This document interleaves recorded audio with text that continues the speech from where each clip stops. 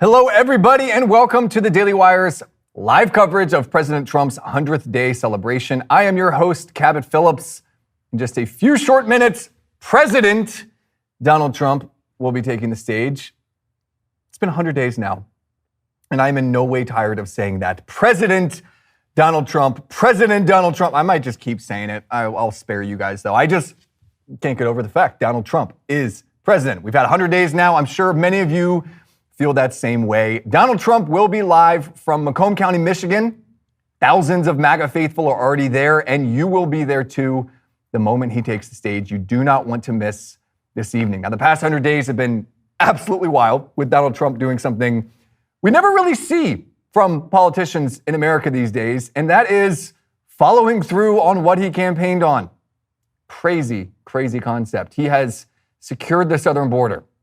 He's deported criminal illegal aliens. He's protected women's sports. He's eliminated DEI in the military and government. He's cut wasteful spending. He's moving towards peace in Ukraine. The list goes on. And tonight is all about those accomplishments. And to celebrate Donald Trump's first 100 days, the Daily Wire is rolling out a 100-hour flash sale on annual memberships. The clock is already ticking. I think we might be down to like 99 hours and 58 minutes. So the clock is burning. Do not miss out on this flash sale.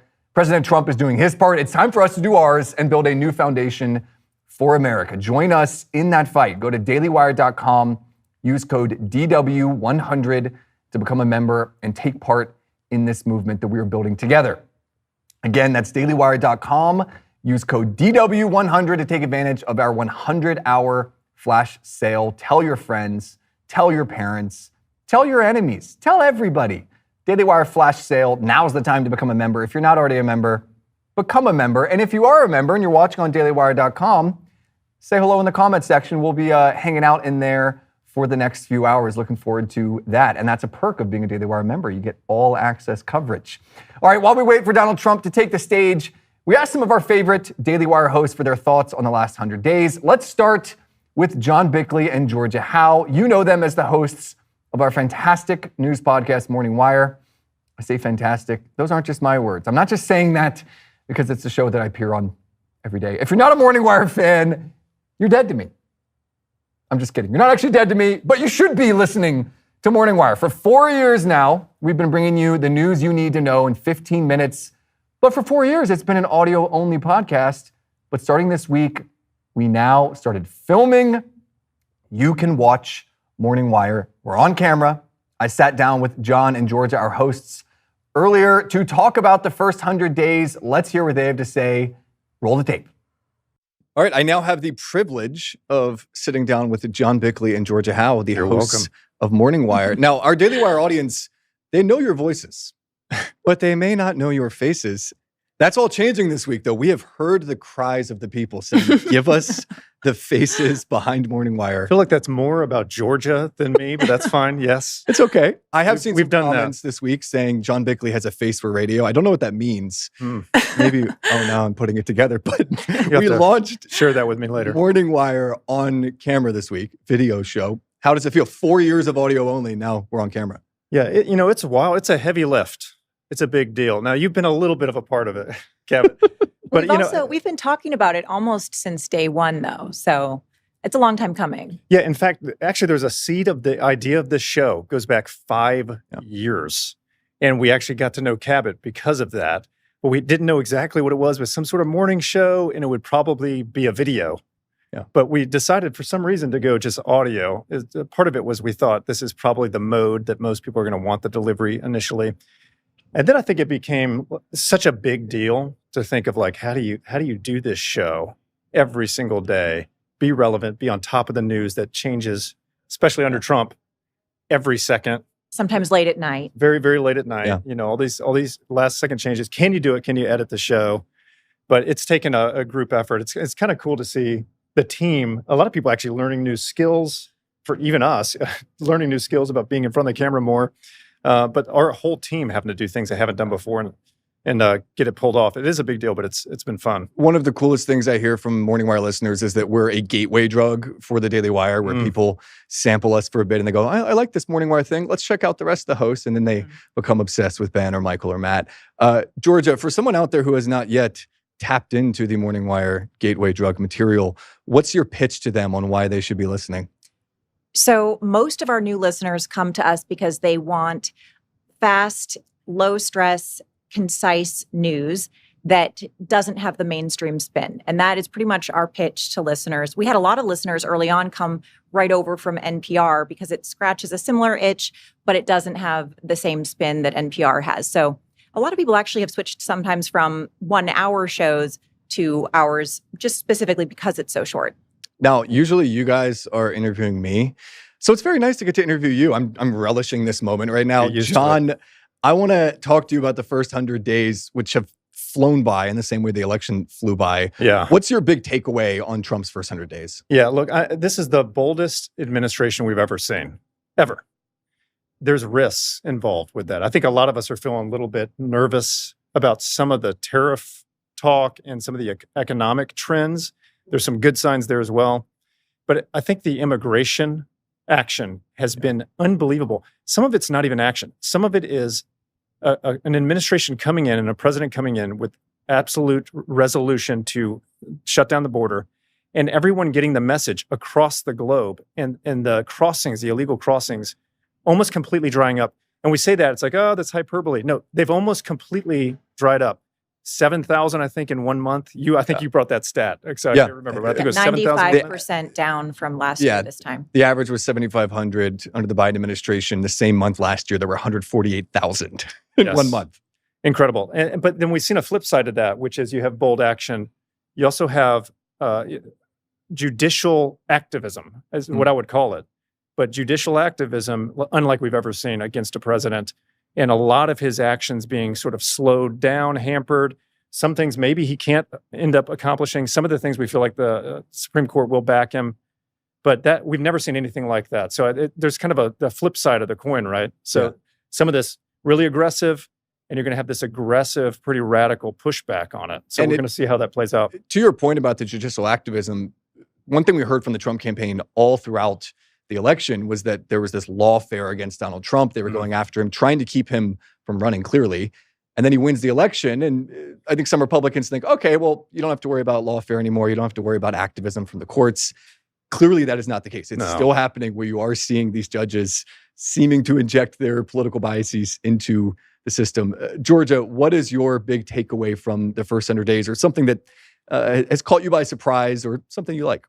So I wouldn't say this is a surprise, but I'm very team Maha, and I'm thrilled that we are fast tracking the removal of harmful chemicals, especially in kids' food.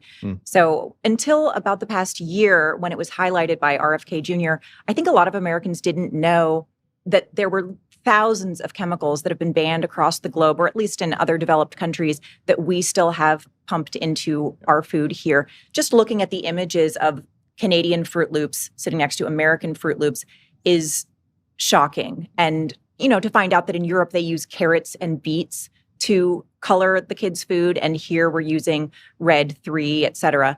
Things that we know cause cancer in mice and that have been removed from our cosmetics for decades now. So that's one thing I would say that blows away all the others that I'm very, very happy about.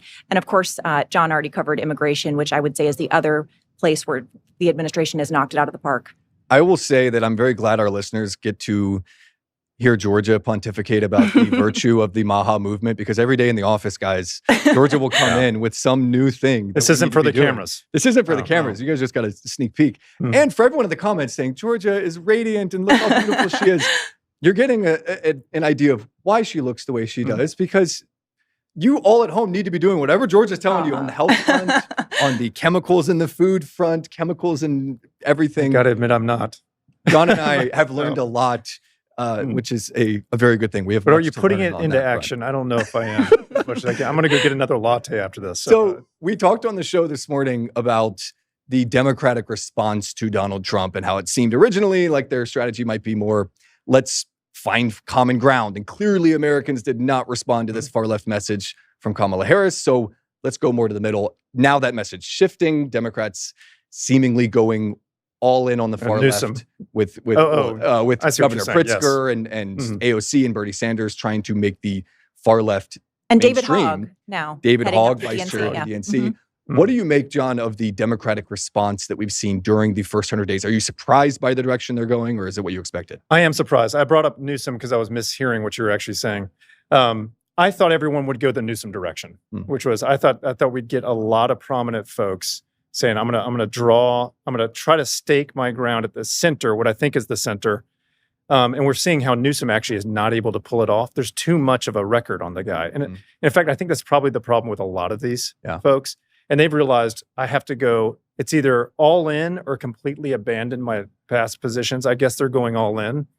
And you're gonna get that. It's almost like an adrenaline rush where you get the initial excitement because you got a lot of the most avid left or Democrats are going to be the hardcore leftists. So you're going to get a strong response from them. This is the thing that happens on the right and left, but you're going to get a strong response from them and you're going to think, I'm doing something right. I should do more of this, not realizing that actually the further you go, it gets to be a smaller and smaller group, but they're very loud. And you can fill rooms with them and they can scream your name. Well, they're the and ones that will show up for protests. Right, and they'll be there. And for primaries And as then well. primaries, yeah. So we shouldn't be surprised, I guess, that this is happening. But I personally thought we'd see a lot more Newsoms. Yeah. Georgia, from Trump's cabinet, the first 100 days beyond RFK, are there any cabinet members that you've been having a close eye on that when they came into office, maybe you weren't sure of the pick or you weren't super familiar with them that you've been impressed by? I would say Tom Homan stands out as someone I've been impressed by. I like how direct he is, and he's clearly effective. Whatever they're doing, it's working. Yeah. He's the opposite of slick, too, right? Yeah. We do have some really beautiful faces in the Trump administration. We have Hegseth. I'm not calling him beautiful. But we have some people that are very familiar with the camera, very good on camera. But Homan is this guy that's like this raw. There's no manipulation in terms of his messaging. It's very direct, like you're saying. I think he's you're not right. hiding the ball at all. Yeah, and he's very he effective. doesn't come across as a politician, which I know we've been saying that about Trump forever. Maybe people are sick of it. But, it's just a regular guy who says what he's there to do, and he's doing it. He's the Duke of Deportations. I coined that term. I'm kind of hoping that Daily Wire would be selling T-shirts referencing the Duke of Deportations at some point. We'll talk to the merch team. We still don't have. Speaking of merch, everyone go buy Morning Wire merch. Had to make a little plug there, John. We should. Hey, I think we do have some. Oh yeah, stuff where coming are out, mugs? But we have Where is some our- Morning Wire We mugs. have great mugs. I don't mean to brag, but we have Morning Wire mugs with our own names on them. we used to have T-shirts that I've worn. I've worn mine out. I love that. It's like game-worn T-shirts that athletes will sell, game-worn jerseys. Do a like- Morning Wire worn. like Belichick. So, in closing, John, what do you expect to see over the next 1,000 days of Donald Trump's presidency now that the first 100 are in the books? I don't know, except that I think that the legal battles are going to go longer than anybody wants them to go. So I think a lot of it's going to be battling to actually accomplish the things he's already rolled out. And then the other thing is it's going to be increasingly hard, I think, to sort of wrangle Republicans, especially if we don't have really clear positive economic news quick. Maybe I'm wrong.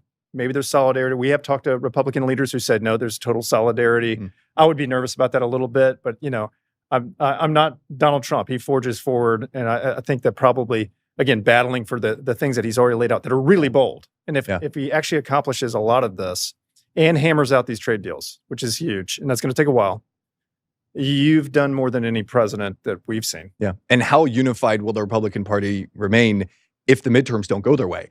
If we do see historically, you see the party in power suffer during the first midterm of a new term. Right. If that happens, will Republicans fracture or keep going? That's another big question. Georgia, next 1,000 days, however many days there are in the presidency, what do you expect to see? So I think a lot is hinging on whether or not the markets recover by the midterms. That's going to affect people's pocketbooks, and that's going to affect whether or not the party fractures 1 year from now. So that's something I'm looking at very closely. Beyond that, I mean, we've seen such a breakneck pace for this first 100 days. It's hard to even think of what is going to come up in the next 3 years, but it'll be something. Yeah, I'm sure presidents never look at the to-do list and just say, oh, we got it all done. All right, I'm going to chill. There's always something new for them to do. All right, John Bickley, Georgia Howe. It was nice to get to interview you. It was fun. Instead of vice versa. Everyone tune into Morning Wire, which is now on video. If you're listening, thank you. If you're not, please go listen and go watch. Now let's send it back to Cabot Phillips. Back in the live stream LED suite. Let's do it. Thanks, guys. Wow. Whoever that guy was with the beard and the nice suit, we need more of him. That Cabot Phillips guy. I did see someone in the comment section on dailywire.com where all the members are chatting. I did see someone say that these live streams are a DEI version for me to get more airtime. That's hurtful. There was no DEI involved, okay? I did have to beg Ben Shapiro to let me do this stream tonight, but that wasn't DEI. That was just good old-fashioned politicking. Anyways, I'm going to shake that comment off. Thanks so much, guys, for being back here. We are still waiting for Donald Trump to take the stage. Don't worry, I got a big monitor right here. I'm looking at it. Donald Trump not yet on stage. We have seen Defense Secretary Pete Hegseth walk into the arena. He's not speaking right now, but he is in the arena. So more and more folks starting to get there. It should be just a few short minutes, and we will get you to Donald Trump's address. Now, in the meantime, we are going to get to hear from some of our Daily Wire hosts on their takes on the first 100 days. Let's see what they have to say. Okay, so Tuesday marks 100 days of President Trump's second term, and it's been a lot. We are 100 days into President Trump's second term. How's he done so far? You tell me. President Trump has signed 139 executive orders, 37 memoranda, and 40 proclamations, far outpacing all of his predecessors, including himself in the first term. Well, when I think about Trump's first 100 days in office, I think the phrase that comes to mind is lessons learned. I think the big question we all had with Trump's second term is what lessons would he take from his first term and bring into the second? And the question is like all of the lessons. Donald Trump, first 100 days are done.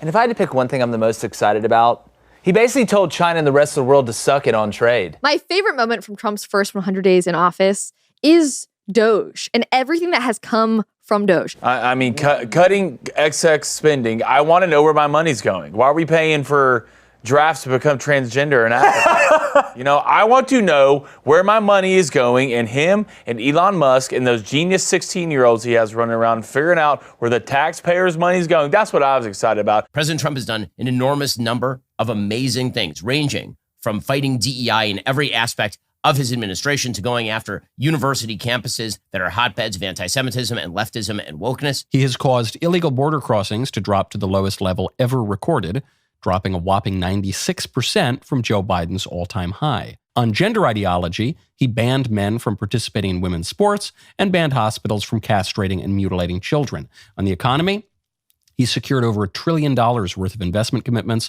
defunded wayward universities such as Harvard to the tune of billions of dollars. And my number one complaint from his first term in office was, at that time, not wielding the power and authority that he has, being a little bit shy. Even though he was condemned as an authoritarian dictator, his problem was actually kind of the opposite, was not wanting to wield the power and authority that he has to the full extent that he can.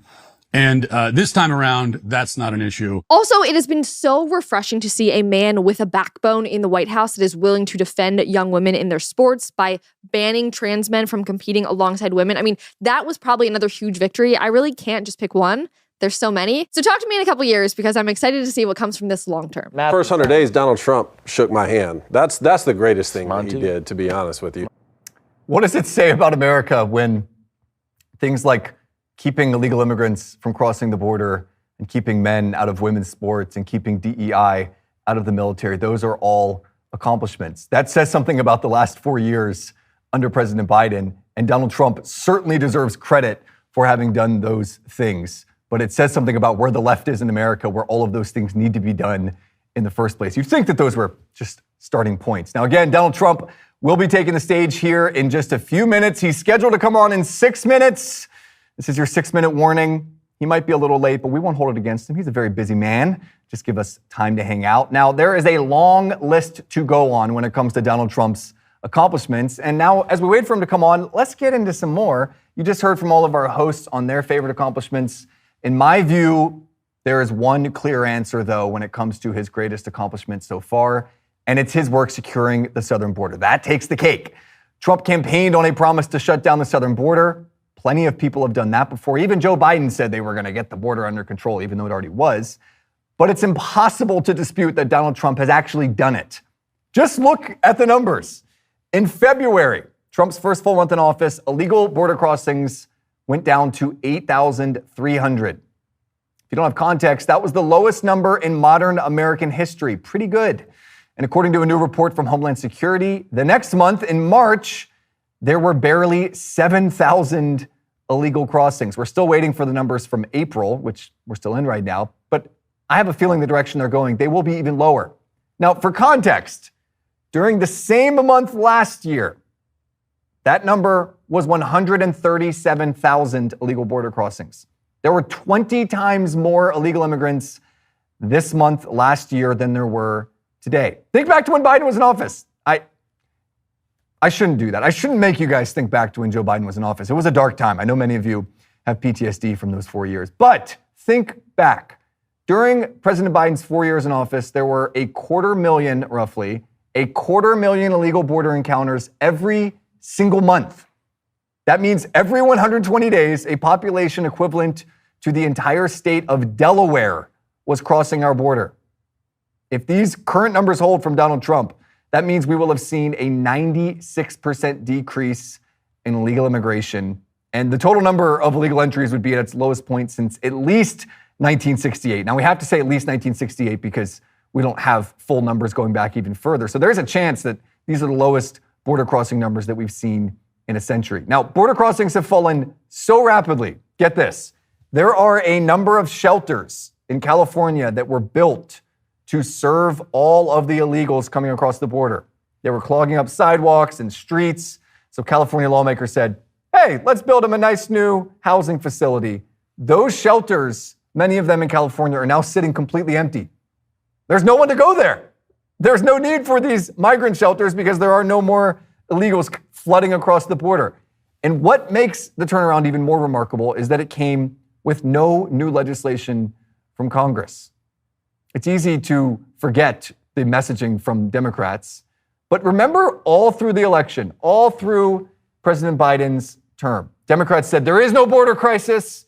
And then when every single American realized there was a border crisis, Democrats said, no. Okay, well, there is a crisis, but it's Republicans' fault. They said the only way to secure the southern border is by passing bipartisan legislation. They proposed a terrible border bill that would have done nothing. And then when Republicans and Trump said, hey, this bill sucks, and they opposed it, Democrats said, well, the bill failed. We tried. The border crisis, that's Republicans' fault. Here's a direct quote from President Biden last summer. Quote, every day between now and November, the American people are going to know that the only reason the border is not secure is Donald Trump and his MAGA Republican friends. Well, it turns out that was not true. Apparently, the president can just, he can just do stuff.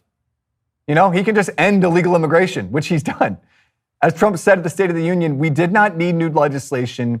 We needed a new president. So again, as Donald Trump prepares to take the stage here in just 2 short minutes, that's when he's scheduled to come on, you can be sure that he will be celebrating the fact that our border is no longer open, that there's no longer a war zone down at the southern border, that it is now secure. And Donald Trump followed through on that promise. And no matter how much you talk about it, you cannot talk about it enough because it is so important. We're talking about 10 to 12 million people who came in the last 4 years. That would be one of the 10 largest states in America if they all settled in the same spot, which they didn't. They went to cities all around the country, as many of you watching at home now know. But Donald Trump is going to talk about that tonight, and I think a lot of people want to hear his message on immigration. And as we wait for Trump to take the stage, it's worth pointing out, it's not just illegal immigrants who Donald Trump has kept from flooding across the border. In his first 100 days, we've also seen a huge decline in the amount of fentanyl and other illicit drugs making its way into our country. So last year, agents at the southern border seized an average of 2,000 pounds of fentanyl every single month. And that's just what we know about. It doesn't even include the untold amount that got through undetected. But in February, the first month we have data for under Trump, that number fell 70%. There were just 590 pounds that came across and then were caught, as traffickers and smugglers clearly were forced to deal with the fact that they were more likely to be caught. It turns out that when you empower border agents, that when you put the fear of God into the hearts and minds of traffickers and drug cartels, they get a little nervous about trying to mess with America. And remember, because President Trump designated those cartels as terror organizations, they now face the threat of direct military action. So obviously you can see why they would be incentivized to back off. Again, we're still waiting for Trump to take the stage. I am watching the stage right now. I've got a feed. I see some people cheering. I don't want to give a false alarm here. We've got someone coming out. It's Donald Trump. Let's get to Macomb County, Michigan. Donald Trump's 100th day in office celebration. Let's take it live.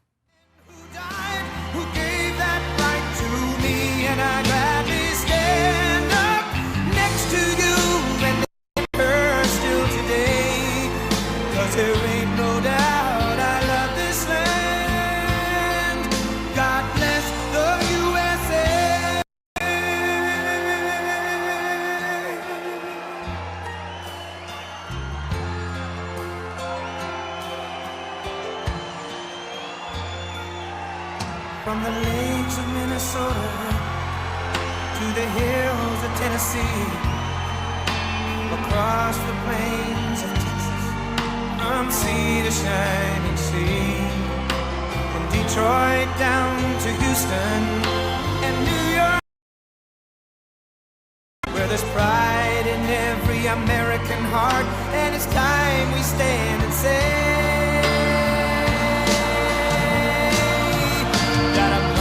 to be an American, where at least I know I'm free. And I won't forget the men who died, who gave that right to me. And I gladly stand up next to you and defend her still today. 'Cause there ain't no doubt I love this land. God bless the USA.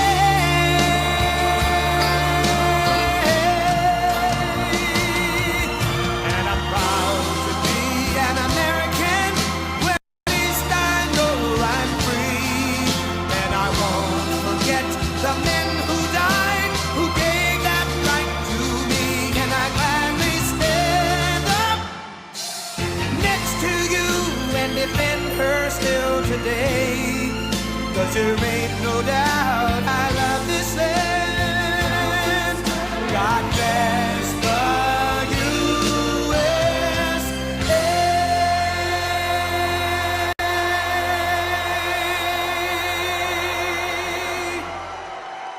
Wow. Hello, Michigan.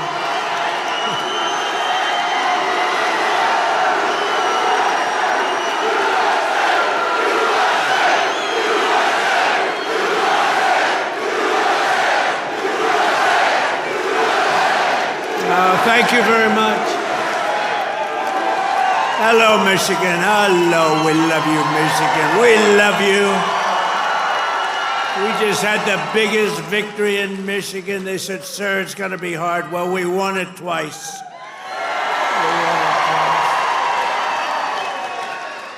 We actually won it 3 times. You want to really know that? But I'm thrilled to be back in this beautiful state. I love this state. Got a lot of auto jobs coming. Watch what's happening. The companies are coming in by the tens. You got to see what's happening. They all want to come back to Michigan and build cars again. You know why? Because of our tax and tariff policy. They're coming from all over the world. They're coming up and they're opening up plants and they're talking to us all day and all night. They want to get here and they're coming in at levels you've never seen before. And I want to thank the auto workers for your support. That was great. But I'm thrilled to be back in this beautiful state with thousands of proud, hardworking American patriots. And we're here tonight in the heartland of our nation to celebrate the most successful first 100 days of any administration in the history of our country. And that's according to many, many people. This is the best, they say, 100-day start of any president in history, and everyone is saying it. We've just gotten started. You haven't even seen anything yet. It's all just kicking in. And week by week, we're ending illegal immigration. We're taking back our jobs and protecting our great American auto workers and all of our workers, frankly. We're protecting all of our workers. We're restoring the rule of law, which was sort of out the window with this crazy guy we had.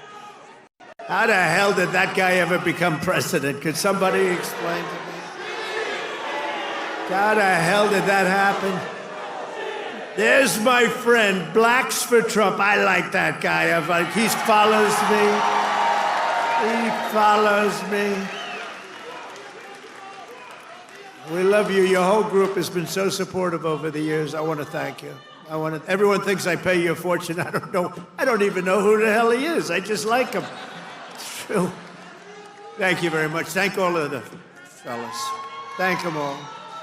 But we're ending the inflation nightmare, the worst that we've had probably in the history of our country, getting woke lunacy and transgender insanity the hell out of our government. We're stopping the indoctrination of our children, slashing billions and billions of dollars of waste, fraud, and abuse. And above all, we're saving the American dream. We're making America great again, and it's happening fast, too. What the world has witnessed in the past 14 weeks is a revolution of common sense. That's all it is, really. We're conservative. You're conservative, you're liberal, whatever the hell. You know what it's all about? It's about common sense when you think about it. We're for common sense. We like strong borders. We like good education. We like low interest rates. We like being able to buy a beautiful car. And now deduct the interest on the loan. That's never happened before. We want a strong military. We want low taxes. You know, the Democrats, they campaign on, we will raise your taxes. It's the first time.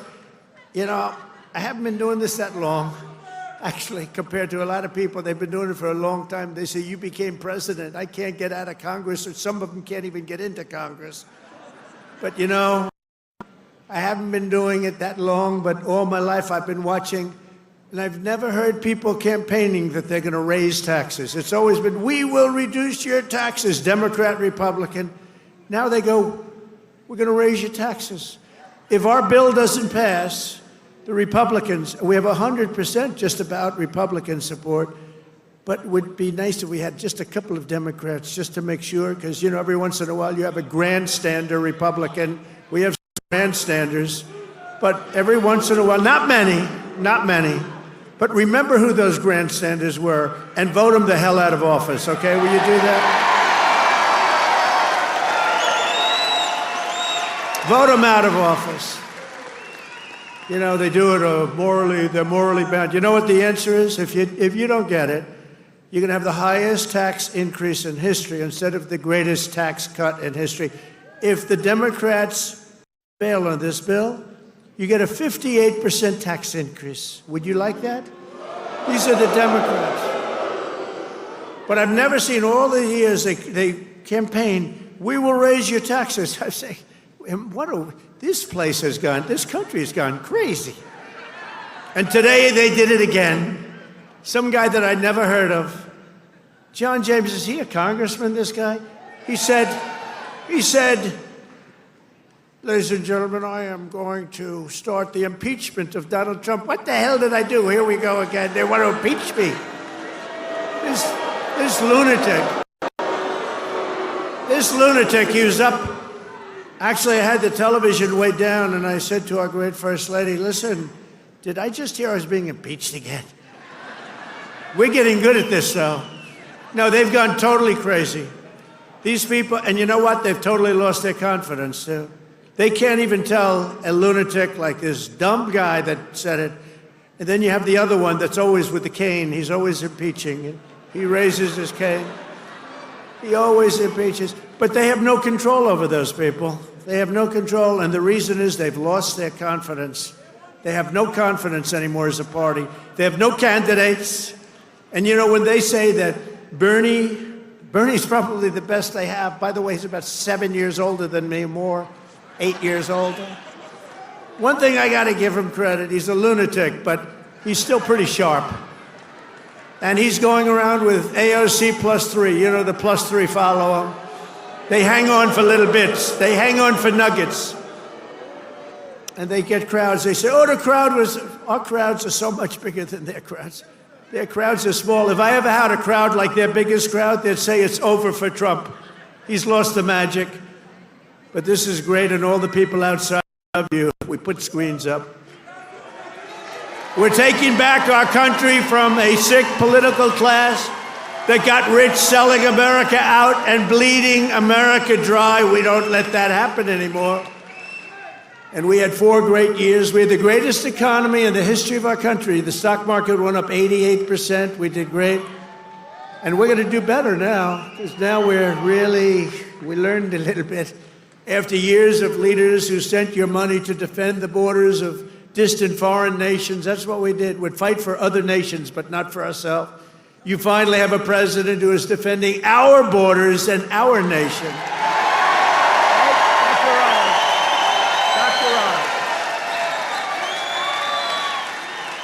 After decades of politicians who destroyed Detroit to build up Beijing, you finally have a champion for workers in the White House, and instead of putting China first, I'm putting Michigan first, and I'm putting America first.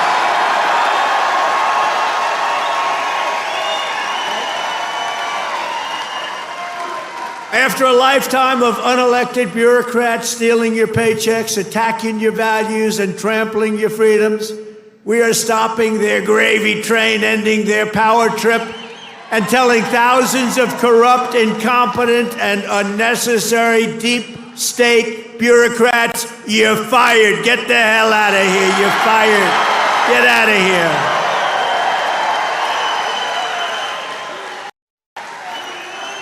In 100 days, we have delivered the most profound change in Washington in nearly 100 years. I read an editorial today that this is the most consequential presidency in history. How about that? And it wasn't even by a group that would normally be supporting us. It was a group of people that I think they tend to be on the liberal side, but they said it's the most important election. The November 5th, it changed it all. You have to see, well, you hear some of these numbers, but that is the most consequential election that we've ever had in our country. And what a nice thing. I'm going to start again subscribing to that particular paper. Even if I don't read it much, I'm going to subscribe. But it was a very nice compliment, especially from them. They know who I'm talking about. We're ushering out the long reign of special interests and the radical left lunatics, and we're ushering in the golden age of America. That's what we have.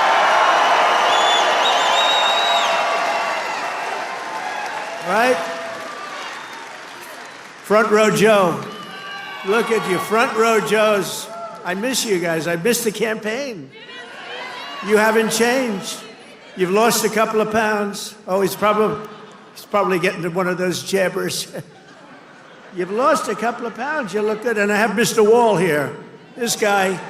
How many rallies have you gone to? Like hundreds, and we love him here. The Wall. One day I'm going to get that suit and I'm going to wear it on stage. We appreciate it, fellas. Great. Thank you.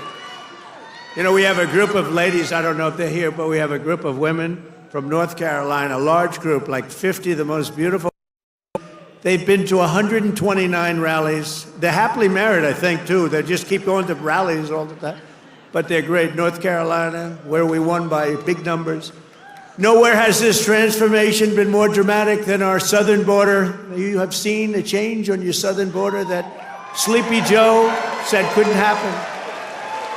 Sleepy Joe, the worst president in history, said it couldn't happen. The last administration engineered a massive border invasion, allowing gangs, cartels, and terrorists to infiltrate our communities and rape and murder our citizens, and that is being nice about it. That's actually being nice about it. They are the worst. But standing before you today, I can proudly report that this heinous betrayal is over and that we have achieved the most secure border in American history by far. In American history. For 2 months ago, we have now set all-time records, and this is by the media, the fake news media, which most of it is fake. We've set all-time records for the lowest number of illegal border crossings ever recorded. Think of that, ever recorded. The number of illegal border crossers released into the United States is down, listen to this please, 99.999%. Think of that, 99.999. 3 people got in. 3. And I got angry as hell at Tom Homan. How did you allow 3, Tom? I called up Christy. Christy Noem's doing a great job, Tom Homan. I said, how did you allow 3 people? They allowed a few in for medical reasons. They had a couple of, were very sick. The ones that got in were really very sick, and we had to take care of them, but it was a few people. But 3 people got in versus hundreds of thousands in the last administration. Hundreds of thousands a month were pouring in. Biden had no control. Thank goodness he appointed a great border czar, right? Kamala. She was a great candidate. She was fantastic.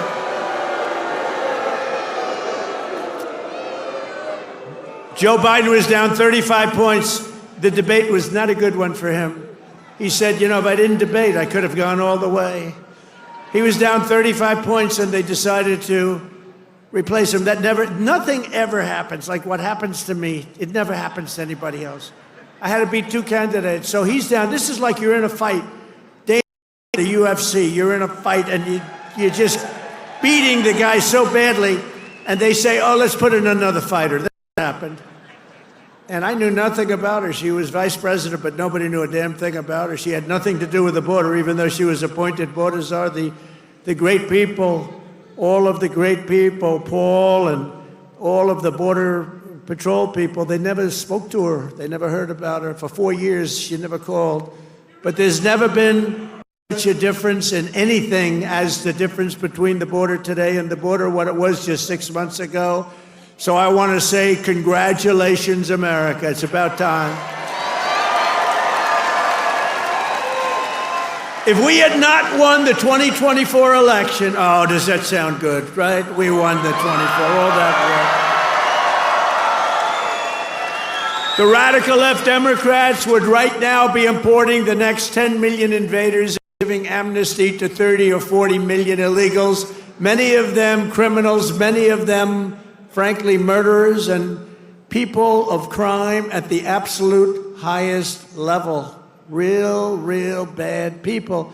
It would only be a matter of years or months until America itself became a failed third world nation. That was happening to us. We were going to be a third world nation. I'll tell you what, if these guys won, if this group of radical lunatics, and by the way, Biden, we find out that whoever operated the auto pen was the real president, and Biden knew nothing about it. He had a group of radical left guys who were very smart, and a woman, a particular woman. Very, very smart people. These are not stupid people. These are sick people, but they're not stupid people. And they were very smart. What they're best at is cheating at election. They cheat on elections. That's their single greatest trait. They cheat like hell.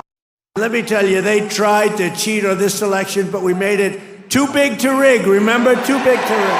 They tried. I watched those numbers. We had Elon with us. Elon is a smart guy. Elon was with us. Elon Musk. And I was sitting with Dana White and Elon Musk, and I'm watching the numbers in Pennsylvania, and we're winning so easily. Then all of a sudden it flatlined. And I said, I think they're cheating again. Look at this. What's going on? I think they're cheating again. And Elon looked at us. He goes, no, you're going to win. They just don't know it yet. And about 15 minutes later, we won, sort of crazy.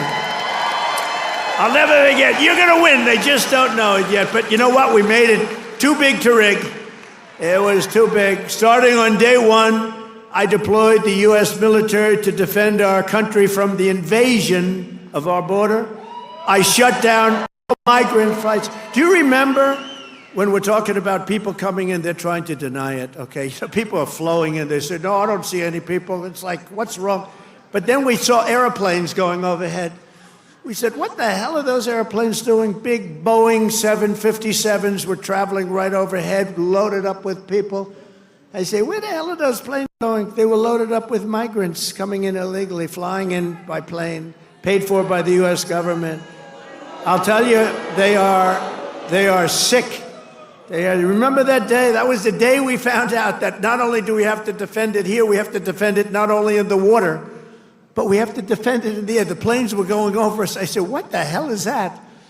I banned all welfare to illegals, and I signed an order that will end automatic citizenship for the children of illegal aliens. No citizenship. For years, Joe Biden and the media told us that stopping the flood of illegal immigration was absolutely impossible. He said it was impossible. He didn't know what the hell anybody was talking about. He said it was impossible, that the president had no power to stop what was needed in the form of legislation. He needed legislation. He had no power to get it. But it turned out that all he needed was a new president.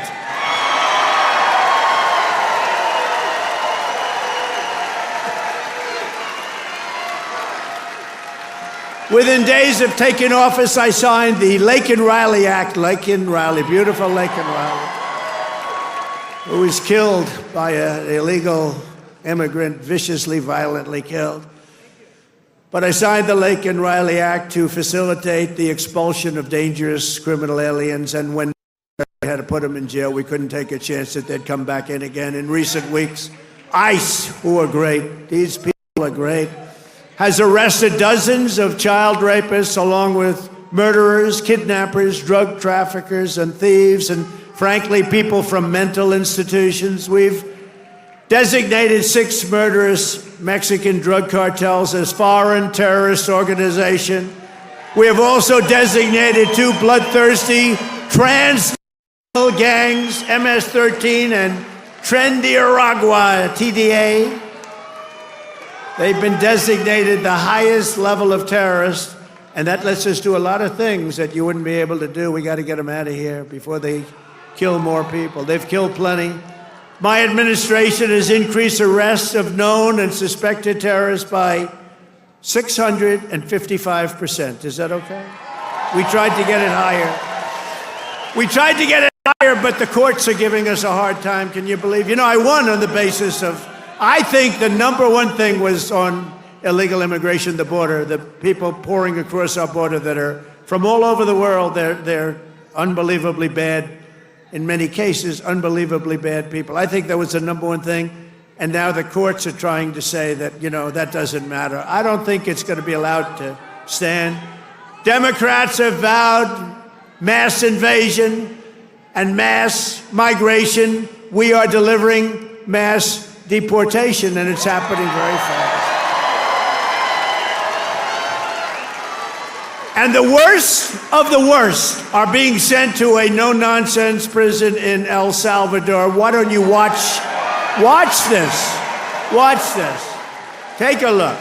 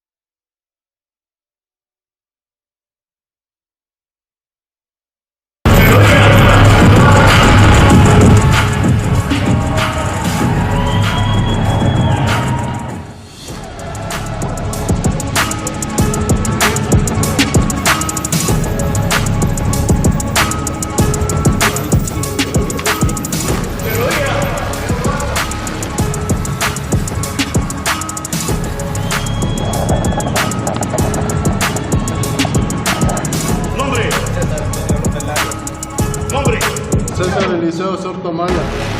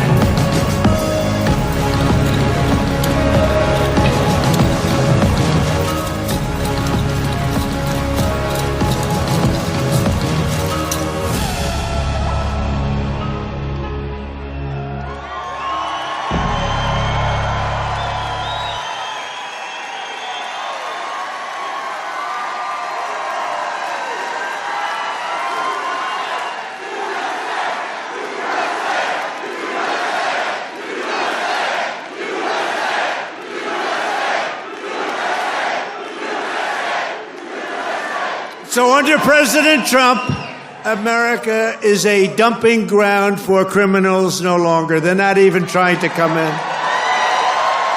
But while we're fighting to protect Americans, the radical left Democrats, who are so bad for this country, are fighting to protect TDA, you just saw that, and MS-13 criminals, and you don't even know which is worse, but they are the top of the line. For years, Democrat politicians did not raise one word of protest as American women and girls were raped and slaughtered by these monsters. They were raped and slaughtered by numbers that you don't even want to hear about. But the second we try to deport them, the radical Democrat Party is racing to the defense of some of the most violent savages on the face of the earth. Who the hell would vote for these people? They're racing to the courts to help them. But this is not what the people want. This is not what they voted for in record numbers. I won the election. We won every swing state. We won the popular vote. And we got 312 electoral college votes. And just this month, 2 Venezuelan members of TDA, Tren de Aragua, were arrested in Washington state for kidnapping a 58-year-old woman driving a power drill through her hand to extort her bank account information, shooting her, leaving her for dead. And miraculously, she just survived, but she's not feeling so well. In January, Tren de Aragua member in Chicago kidnapped 3 women, took them in an alley, lined them up, and shot them each in the head. They all died. And the FBI recently assessed that these vicious gangs have been sent by the foreign regime in Venezuela to foment violence and instability in the United States of America. Can't let that happen. And it's not just, in all fairness, not Venezuela. It's all over the world. It's all over. They come in from the Congo. They come in from Africa. The Congo, they've emptied out their prisons into our country. But they come from Africa, Asia, South America. They come from all over bad parts of Europe. That's why we've invoked the Alien Enemies Act to expel every foreign terrorist from our soil as quickly as possible.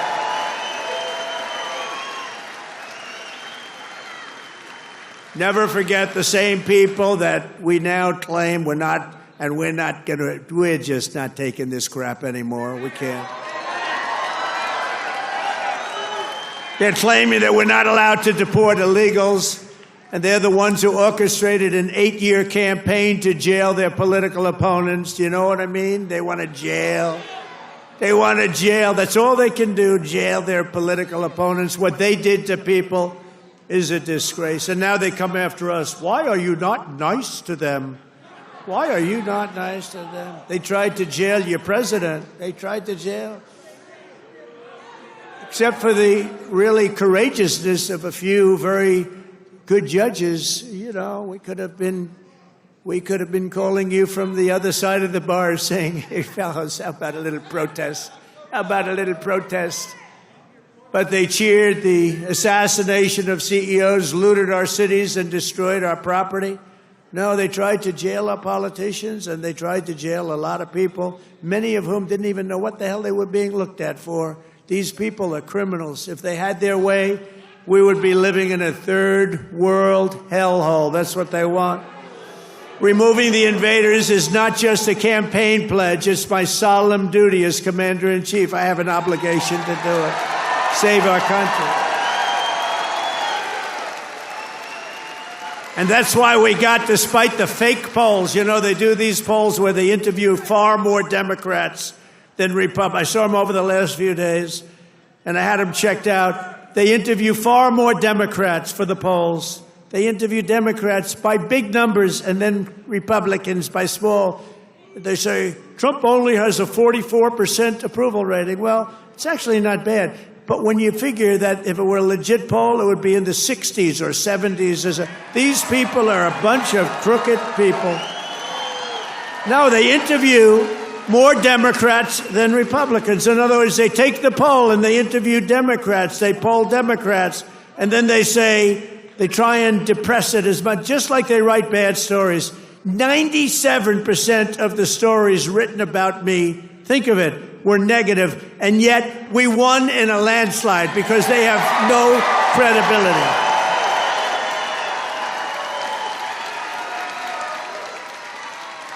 And also, we cannot allow a handful of communist, radical left judges to obstruct the enforcement of our laws and assume the duties that belong solely to the President of the United States.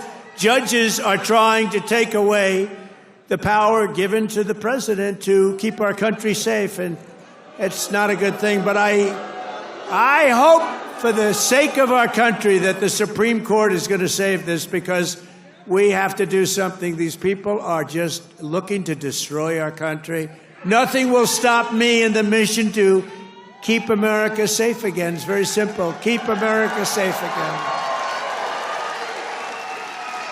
And our first 100 days have also produced historic results in the battle to defeat Biden's inflation disaster and bring jobs and wealth back to America and bring them back to Michigan, okay? We want to bring them back.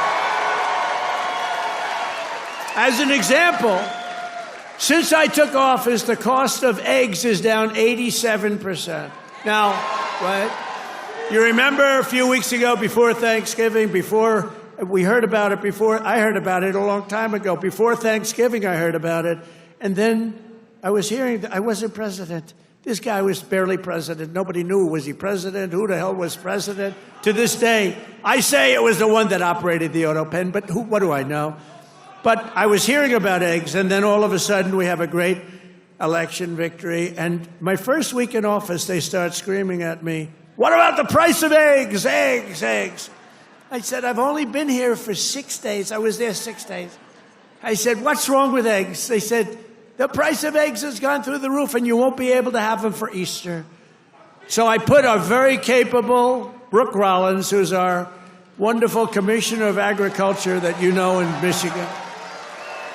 I said, "Brooke, I've only been here 6 days before I heard, maybe even less, maybe 5, maybe 4. But it was my first week. And I said, "Brooke, you got to save me here. I'm getting killed about eggs. What the hell's going on with eggs?" She said, "Well, you can't get them. The price is through the roof, and it looks like we're going to have a real problem for Easter. You're not going to have eggs." I said, "Brooke, that doesn't sound politically viable to me. That doesn't sound good. Because nobody's going to believe me when you get out there that it's Sleepy Joe Biden's fault. So, Brooke, you got to get going, Brooke, please." And she did a great job. And you had so many eggs for Easter, and your price was down 87% from that point. Prices are coming way down. You know, the fake news doesn't say it. They said, he pledged.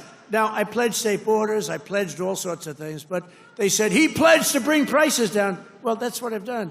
They're trying to say the prices have gone up. Your energy, your car, your gasoline, they have 3 states this week, a couple of days ago, that were $1.98 a gallon. So gasoline prices are down by a lot. Energy prices are down. Mortgage rates actually just went down. Prescription drug prices just saw their largest monthly decline ever recorded. How about that? Remember what you heard.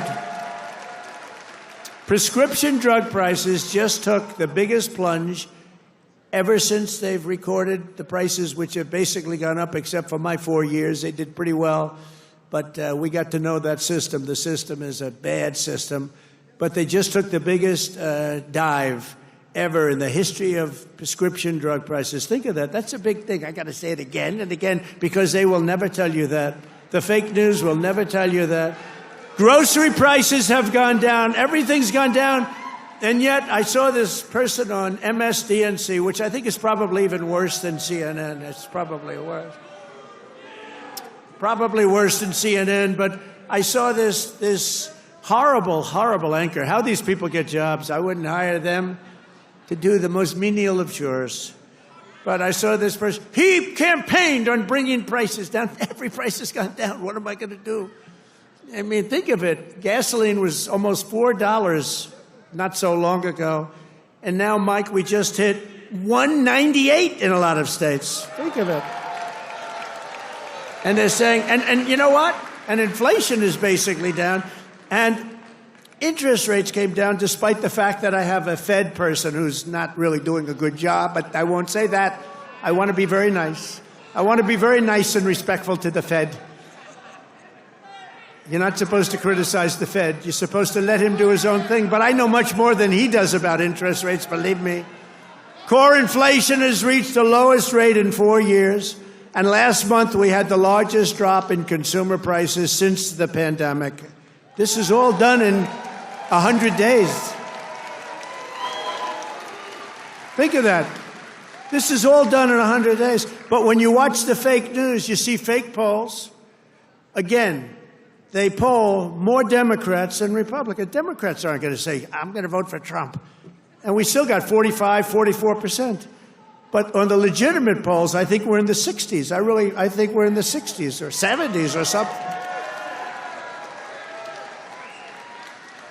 In 3 months, we have created 350,000 jobs. Think of that. For the first time in recent memory, job gains for native-born Americans now exceed job gains for foreign workers. This is for the first time, and nobody even knows when, Americans now are doing better than foreign workers. How about that? I mean, that's okay. I want everyone to do well, but that's okay. And to curb inflation, we're cutting a record number of job-killing regulations. We beat in the 4-year first administration, which was a tremendous success. We cut more regulations than any president in history, including 2-term presidents, including Roosevelt, who was more than a 2-term president. We cut more regulations than any president in history in 1 term, and now our 2nd term. And, you know, I don't know why. It was so important to win because they used to say, the fake news, to be a great president, you have to serve 2 terms. So now we're going to serve 2 terms. Now they've taken that one. Cross. Right? Right, Dr. Oz? Cross that one off. Cross that one off. No, they say it all the time. When I was out, they say, well, they go out through.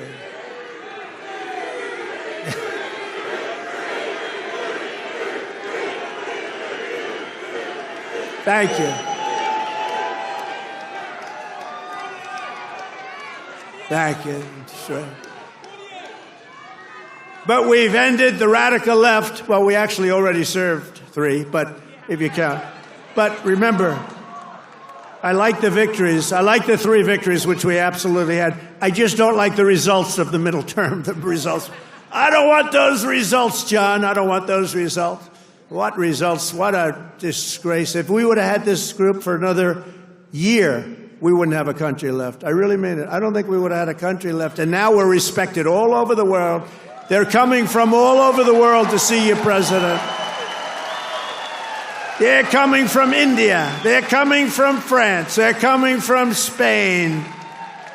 Yeah, they're coming from China, too. Yeah, they're coming from China. They're coming from all over the world to see you, President. They want to make a deal. They want to make a deal. And, you know, we'll make deals, but we don't have to. We are the ones that have the product. We are the ones at the United States. They want a piece of our product. We can just set the price. But I want to be respectful and I want to be nice. But if it takes too long, I'll just set a price. Say, you could buy or you don't have to buy. We lost, think of this, we lost billions and billions of dollars a day. Billions, not millions, billions of dollars a day. And under Sleepy Joe Biden. What's better, Crooked Joe or Sleepy Joe? Ready? A poll, a free poll. Because these pollsters are so corrupt. This is a real poll. We're going to poll Crooked Joe or Sleepy Joe. Ready? What's a better name for us to call him? Sleepy Joe? Or Crooked Joe?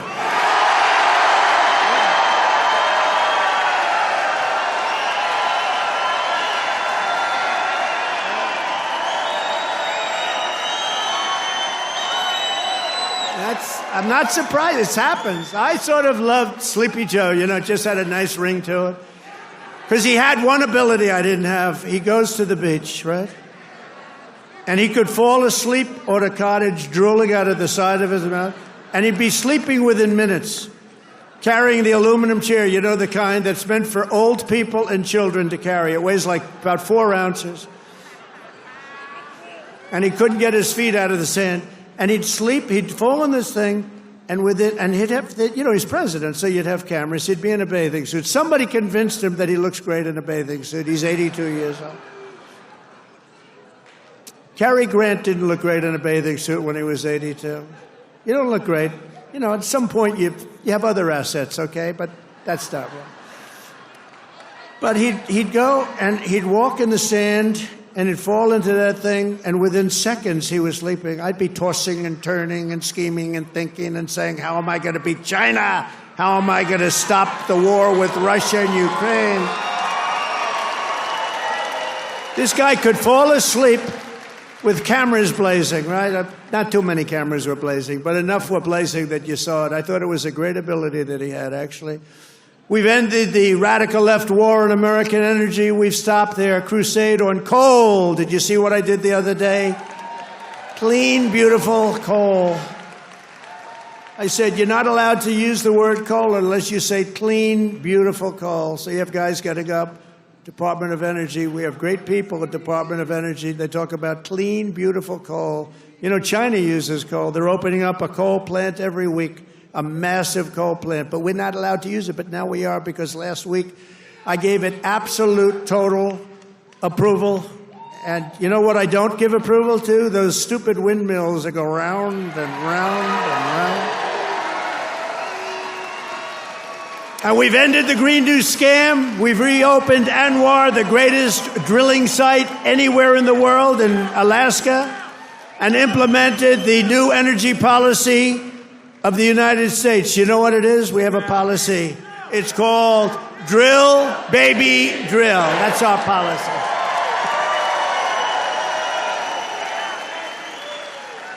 That's our policy, Michael, right? Great Michael Whatley, head of the Republican Party. He's done a good job. Him and Laura, they took the party by storm, right? He had a good candidate, but had a couple of good candidates, didn't he? Michael's been incredible, actually. Michael Whatley, North Carolina. He watched in 2020. He did so good for me. And, you know, he was in North Carolina. He did so great. What's the problem over there? What's the problem? Is that a radical left lunatic? He's just a child. All right, get him out. Yeah. Oh, I'm sorry. I'm sorry, ma'am. I thought it was a guy. Thank you. And she now has to go home to a mother who's a big Trump fan. Her mother's watching. I'm sorry. I'm sorry. I said he, and it's a she. I'm sorry. To keep my promise to the great state of Michigan, I terminated Joe Biden's insane electric vehicle mandate where you were mandated to buy an electric vehicle.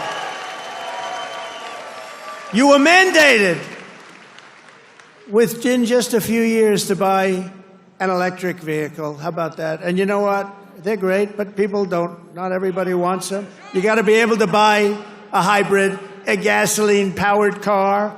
You can buy lots of different cars, but you can't be mandated to do anything. And I've already proudly imposed a 25% tariff on all foreign automobiles, any foreign car, like they do to us.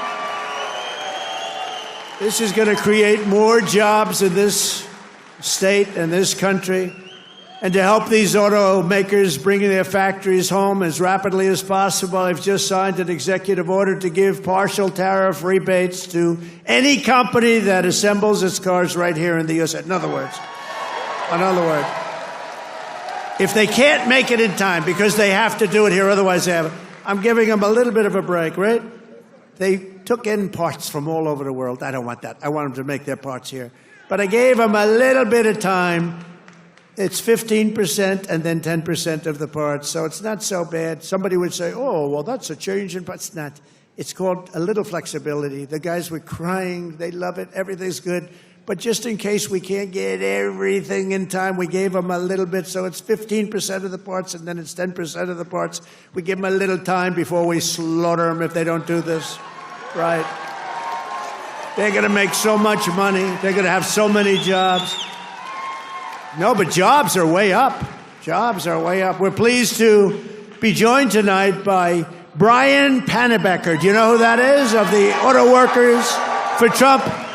And Brian is a union guy, loves the unions, loves everything. But he knew that Trump...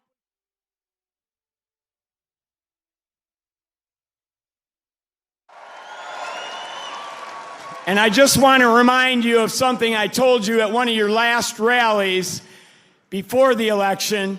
I've got it on video. I've watched it dozens of times at home. After I was able to speak, I turned to you and I said, Mr. President, Macomb County is going to win Michigan for you. And that's exactly what happened. We had a margin of victory of 70,000 votes in this county alone. Thank you, Macomb County.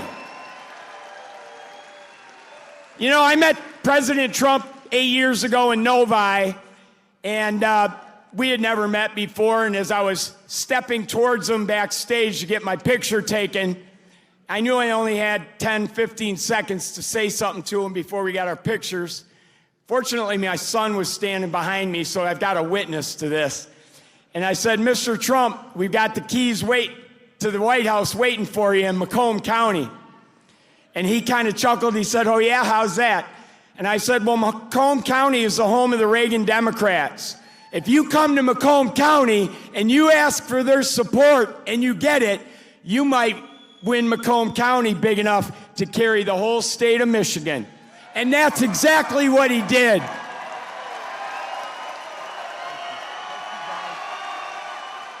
So I want to say thank you to the auto workers, everybody who works in the automotive field, the suppliers, every one of you, the truck drivers.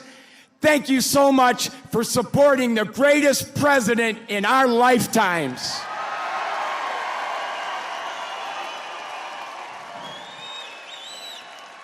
Now, I've got a little business announcement I want to make. I hope the president doesn't mind.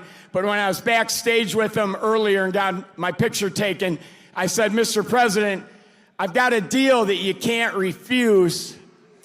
And he said, what's that? And I said, well, I'm writing a book, and it's going to be about my political journey. I've been involved in some things here in Michigan, conservative causes like right to work and the Michigan Civil Rights Initiative. And I said, you have a publishing company, Winning Team Publishing. It's run by Don Jr. and his partner. I said, I'll agree to use your publishing company if you agree to write the foreword to my book. He stuck out his hand and said, I'll do it. That's how you negotiate with the best negotiator in the world. So listen, I got one last thing to say. All of us have a job to do. Number one, we have to win the 2026 elections. It has to happen. Sri Thanadar, that lunatic Democrat from Detroit, is already threatening to impeach President Trump if they get the majority back. But luckily, right now, we've got good people in Congress like Congressman John James over here who are stopping that from happening. But listen up. So we got to get out and we don't have any time to waste. We got to start talking to our friends, our neighbors, our family, our coworkers. The campaign for 2026 starts tomorrow. We've got to win that election. So the work is not over. The work has just begun. November 5th was not the end. It was the beginning of the golden age. And let's all tell President Trump how much we support what he's done the first 100 days in office.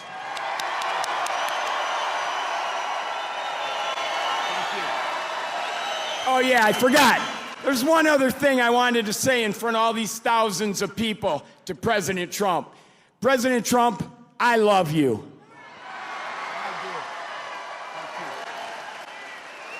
That's great. Thank you. Good man.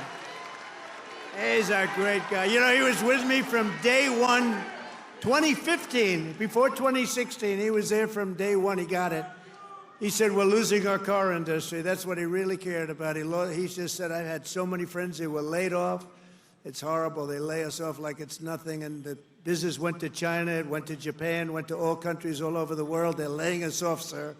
And then he said, we can solve that. I told him, we can solve that so fast. He's one of the early people that got it, and we've solved it. We're going to be doing numbers that nobody's ever believed. We'll be the #1 in the world again. Nobody can believe it because we have been beaten up so badly by these countries that have rigged the whole thing. They fight like hell. They're smart.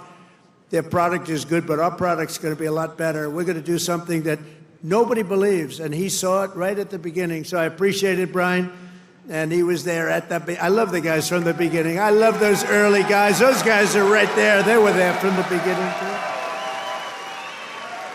No, you're going to see numbers, and you're already seeing them. Look, you know, we have many Hondas coming in, and they're coming in. We let them build their cars here. We don't want them to build them in Japan. We love Japan. We don't want them building them in Japan. We want them to build them here. We want China to build them in here. We want them all to build them right in here. That's what they've done to us for 40 years, and they've drained us. Now we're doing it to them at a better level than they ever dreamed possible. To further rebuild the industrial bedrock of our country, I've imposed 25% tariffs on foreign aluminum and steel. It's keeping our steel mills going. I did that. If I didn't do that with steel in the my first term, we wouldn't have a steel mill in the United States right now, and everybody knows it. I did it for washing machines, too, by the way. That's why I asked the people at Whirlpool. They were going to close. They were in deep trouble. I did it because they were dumping machines. I did a 50% tariff. Was going to raise it to 100%. They didn't even have to bother. They became a tremendously successful company overnight. They were ready to close. They came to me with tears in their eyes in my office early on, first term. And we're doing it now at levels never seen before, and the results are going to be even better, because we've been abused by friend and foe. And in many cases, friend has abused us more so than foe on trade. So I want to just let you know you're going to be very proud of this country very soon. And with my China tariffs, we're ending the greatest job theft in the history of the world. China's taken more jobs from us than any country has ever taken from another country. And that doesn't mean we're not going to get along. We get along with China. I mean, their tariff now is at 145%. So essentially, that's a big difference between that and zero. But I think it's going to work out. They want to make a deal, and we're going to make a deal, but it's going to be a fair deal. It's not going to be a deal that we lose $1 trillion a year like they did with Biden. That guy was so bad. He was so bad. Under Biden, and remember this, we were losing $5 billion a day on trade, and now we're making money. We're actually making money instead of, do you know what 5 billion, think of that, Mike, how many pillows do you have to make to lose $5 billion? You could make them for 1,000 years.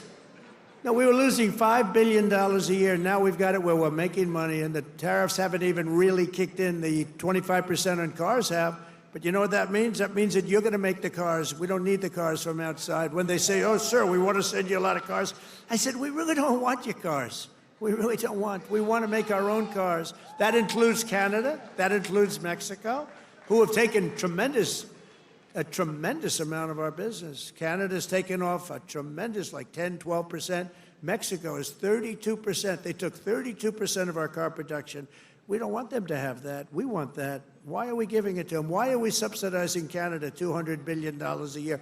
Why are we subsidizing Mexico for $300 billion a year? There's no reason for it.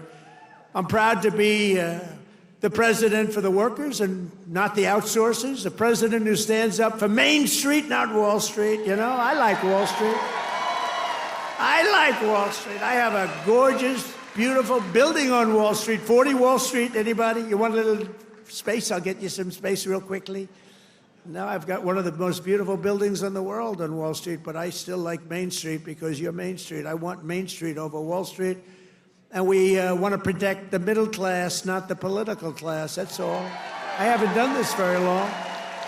We want to protect our people.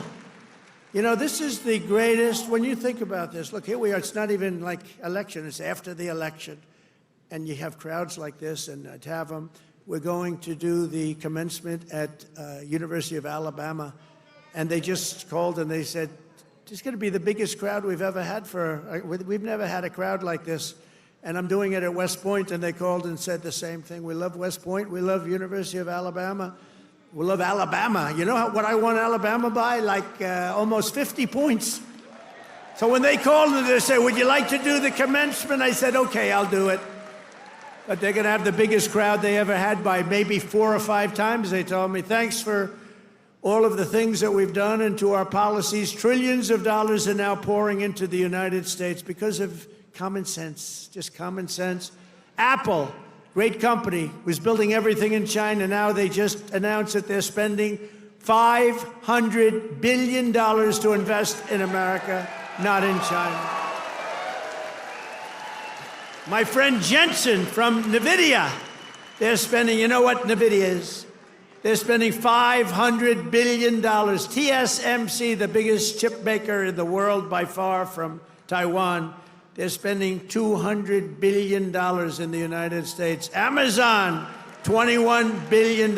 Johnson & Johnson, $55 billion. The Mac, $20 billion. Merck, Stellantis, General Motors are putting in billions and billions of dollars, and many other companies. And as a result of our policies, for the first time in modern history, more Americans believe that our country is headed in the right direction than the wrong direction. They have a poll, a crazy poll, probably a fake poll too, so I don't know, I don't care. But first time ever, I think ever, that they're saying the country is headed in the right direction. Has never happened before. I don't know why, but we've accomplished more in 3 months than most administrations accomplished in 4 years or even 8 years, and we're just getting started. Believe me, we're just getting started. We're pleased to be joined by some great people. A person that number one, I have so much confidence in him. The fake news is after him, really after him, but he's a tough cookie. They don't know how tough he is, Secretary of Defense, Pete Hegseth. Pete.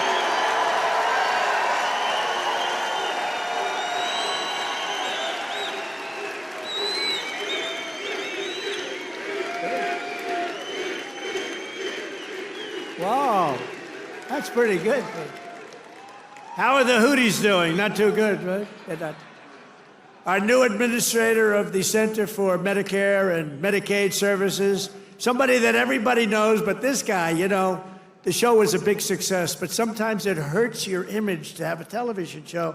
He's the top, he went to Harvard. I shouldn't even mention that anymore because that used to be a good thing. Today it doesn't mean much. But he went to University of Pennsylvania Medical School, top student, top doctor, top everything. One of the smartest guys in medicine. Also a big star, Dr. Mehmet Oz. Dr. Oz, thank you, doctor. Thank you. A man who waited today just came here. He was all sweaty and grimy. I said, what the hell happened? He ran into the building because he wanted to vote in Congress, and I hear we passed the vote. John James by a lot, right? And thank you for making it here. He had a vote.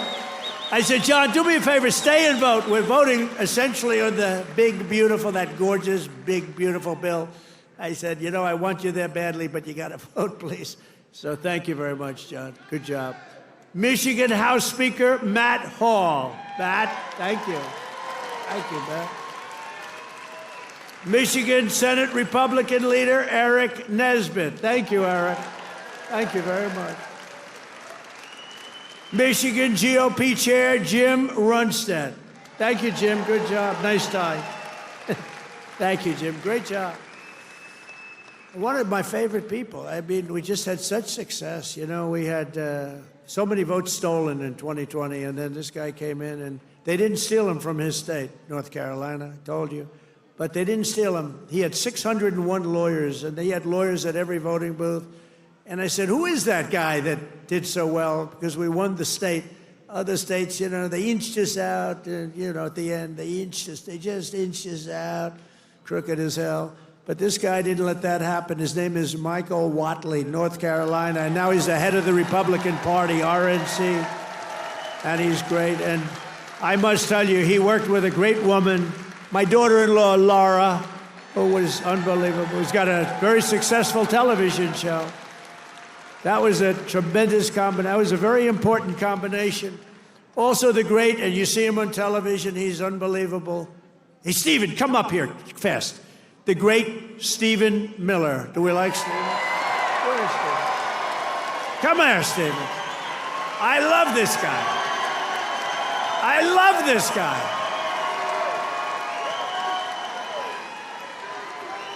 There is nobody smarter or tougher than Stephen Miller. Stephen, say a couple.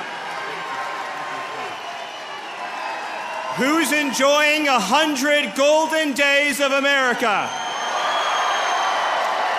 President Trump has achieved the most secure border in American history. He's fighting violent crime. He's fighting the drug cartels. He's cutting your taxes. He's cutting wasteful spending. He's draining the swamp. He's standing up to the radical left. He's standing up to the communists, and he's making America stronger than it's ever been. President Trump will never stop fighting for you, your children, and your family, and President Trump will make sure that in this country, not illegal aliens, not criminals, not gangbangers, but American citizens come first, last, and always. Thank you. And thank you, President Trump, for being the greatest president in American history.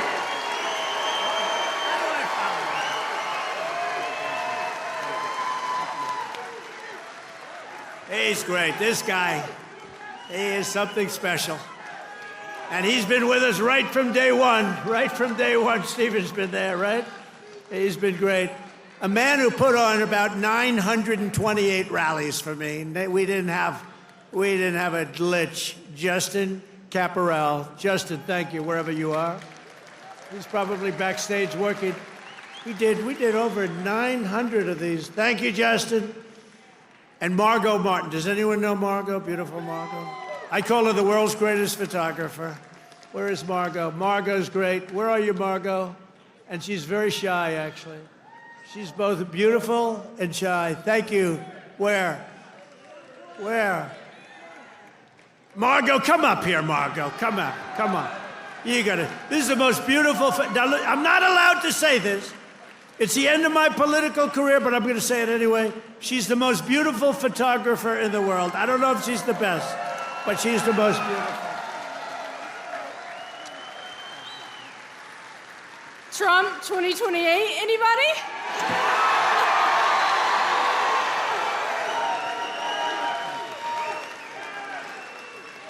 People love Margot. And how about Caroline? How's Caroline doing? How is our Caroline doing? Caroline has taken the world by storm. She's taken it. And, you know, we have a man here that I don't know, but he's defending me all the time on CNN. And he defends me really well, but he can't go too far, because if he goes too far, he'll get fired. I said, you're amazing. You can take it right to the edge. And he really does a good job. He's not allowed to go any further. He would be off, you know, if he really went totally crazy, which he'd like to do. But I think he's terrific. Scott Jennings. Where's Scott? Where are you, Scott? Come here, Scott. This guy, really, I've watched him for years. I don't know him, but he likes Trump. Come here, Scott. Oh, CNN, this is the end of Scott. No, who cares? Don't worry, we'll take care of you, Scott. Scott Jennings, really great. Thank you. Michigan. We were flying in here today, and I said, look at these farms. I got to get a farm in Michigan, because when you own as many libs as I do, you got to put a place to put them all. Thank you all very much. Thank you, Scott. And I also want to thank the rest of the Michigan Republican delegation for all the work they do in Congress and who are back in Washington working on the big, beautiful bill. We're going to name it, I think, the big, beautiful bill. In 100 days, I've taken more than 1,000 executive actions, and I could recite our accomplishments all night long. And by the way, did you just see what I did? Straws. I wiped out the paper straw, little thing. These are the little things. Your sink. You ever try buying a new sink and no water comes out? Your shower heads, your toilets, the whole thing, it's a disaster.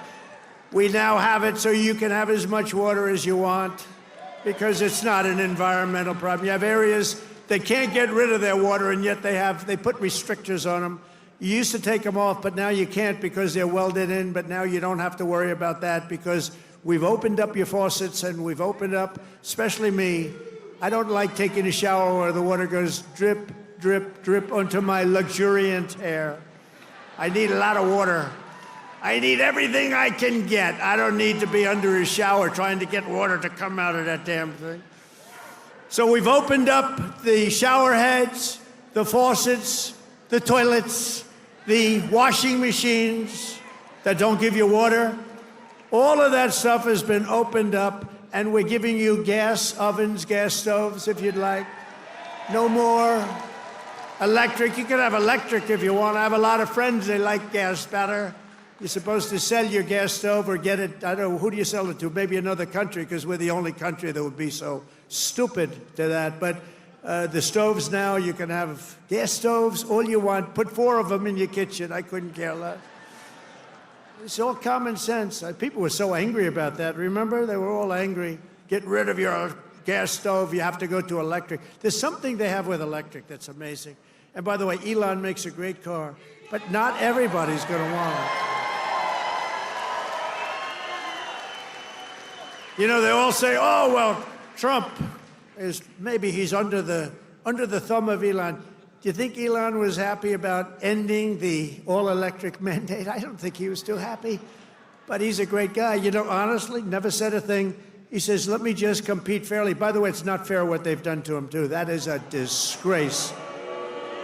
That is a disgrace. But he's a great guy, and he's really helped us. And, you know, they've saved $150 billion on waste, fraud, and abuse, Doge. So we want to thank him. He's an incredible guy. Anybody that can land a rocket ship. I saw this thing come in. I said, you got to be kidding. This rocket's coming in. You know, most of them go right into the ocean. But he lands it. I was on the phone with somebody talking, and I saw this thing coming in. It's spinning out of control, coming down. It's all burning. It's on fire. It looks like hell. I said, well, just another rocket going into the ocean. And then all of a sudden, you see the fire pouring out of the engines, and it starts to slow up, slow. Then it's straight. Then it starts moving over a little bit. Then I say, oh, no, it's hitting the gantry. It's going to hit through. And the engines go, rah, straightens it out. And it gets hugged like you hug your beautiful little baby, right? And I said, who the hell did that? It was Elon.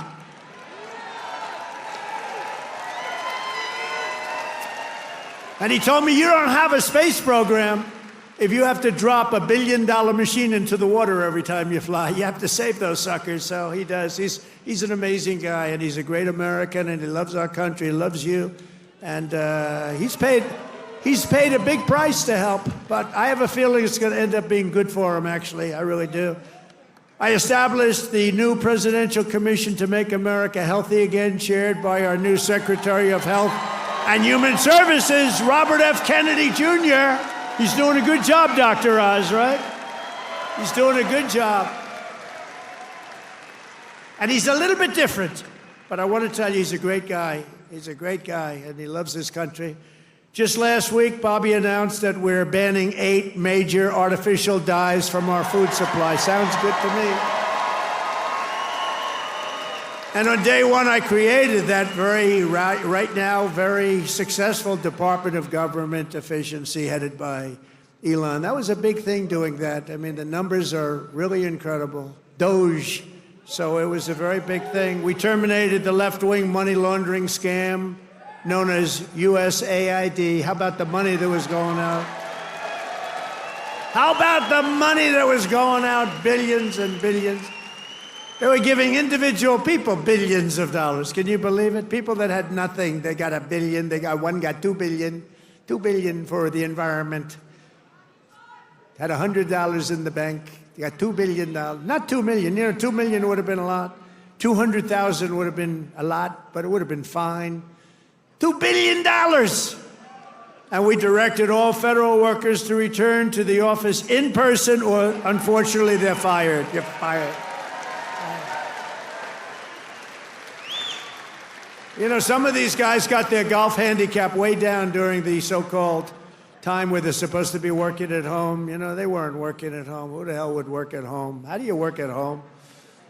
It's terrible. And we found a lot of them where they had second jobs. They were just taking us for a ride. They're all taking us for a ride. The foreign countries were really taking us for a ride, both on military and on trade. But we stopped it, and we're stopping it. I withdrew from the unfair and ridiculous Paris Climate Accord, where we were paying trillions of dollars. We would have spent numbers like you wouldn't believe, and China wouldn't have spent anything, Russia wouldn't have spent anything, India wouldn't have spent, but we would have spent over $1 trillion. I withdrew from the corrupt World Health Organization, where we were paying $470 million, and China was paying with a population quite a bit larger than ours, thank you. The problem with us, we have no idea what size our population. They allowed so many people on under Biden. But let's assume it's 325 million. China's 1.4 billion. We were paying $470 million.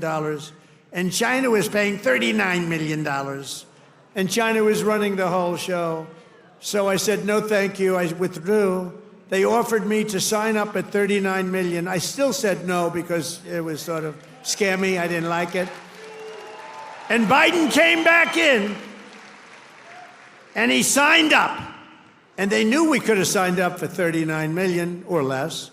He came back in, and he signed up for the same as what they were paying before.